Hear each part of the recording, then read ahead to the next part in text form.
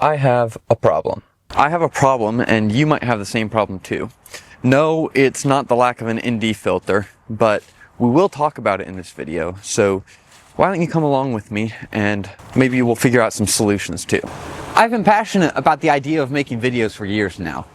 I've watched all the YouTube videos that are even remotely related to videography or cinematography. I've watched gear reviews, how to use the gear. I've watched editing tutorials. I'm shivering right now because it's freezing cold and there's a lot of wind, but I digress. Even though I've done all the things to learn how to do this stuff, I still feel completely lost, like I don't know anything, because I haven't done anything. I've bought camera bodies, lenses, gimbals, all the equipment that I need to do something, but I take pictures every once in a while, maybe the odd video montage, and then all the equipment gets banished to a dusty storage bin the rest of the time. Don't get me wrong, I enjoy taking pictures too, but my true sleeping beauty is video. And I'm standing here looking down at the bedside. All I need to do is kiss the princess and get on with it, but I'm just stuck. My passion for making videos started with video montages, actually. The same thing that I was just complaining about a minute ago. And I realized I could do that pretty much all day long if I wanted to. But then I thought to myself,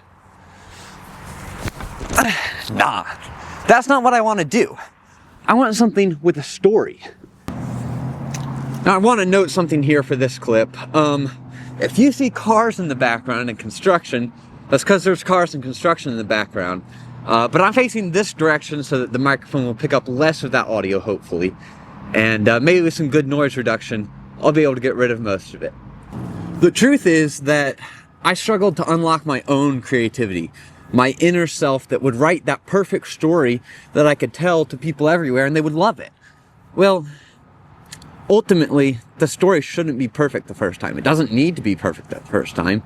I would still feel so much better if I were creating bad stories than I do now, realizing that I haven't created any stories. Worse than not creating any stories, I haven't even created anything without a story. Whether that's a montage or a tutorial or a review like everyone else does online, I haven't done any of it. For some reason, I keep convincing myself that I'm not ready to make something yet. Whether it's because I don't know enough, or because I don't think I'm unique enough to set myself apart, or I'm not entertaining enough to get an audience. Right now I'm using the third camera that I've bought that I told myself, this will be the one. This will be the one where I start creating, where I can really use it and unlock all the potential that it offers me. I know that excellence in this craft is determined more by the user than the equipment. And honestly, in most ways, that's more of an ominous thought that's not comforting at all. It's very discouraging about myself to realize that the gear was never holding me back. But I was allowing myself to get caught up on all the little flaws in the equipment, you know, whether it's imperfect autofocus. Instead of learning to manual focus, I just said it's not good enough. I can't do something with it. But it is. And today I decided to stop getting caught up on all of those little things and just allow the flaws to be myself. I've bought camera bodies and lenses and gimbals. I've got microphones and lights, everything that you really need to make a good video. But I haven't justified any of those purchases because, like I said earlier, I just buy them, get excited about them, get excited about the technical specs, and then they end up in a storage bin. I'm starting to feel like the Little Mermaid over here with all her gadgets and gizmos. And if I don't stop making Disney references, I'm going to get some lawyers calling me, and then I will have a good excuse to stop making videos. Jail. I think I know why I'm scared of making something and what's held me back, and I think I'm ready to get over it. I was scared of making something that would make me cringe in a few years. I was scared that it would be criticized, less by viewers on the internet than by myself. I'm far more worried about my own criticisms than what other people have to say. I also wanted to create something big, you know, something immediately impressive, like a short film, which when you say it doesn't sound that big since it has short in the name, but it's a big task to overcome, considering I haven't done it yet. Maybe that's just because of my own inhibitions or the fact that I don't have enough friends to recruit as my personal actors.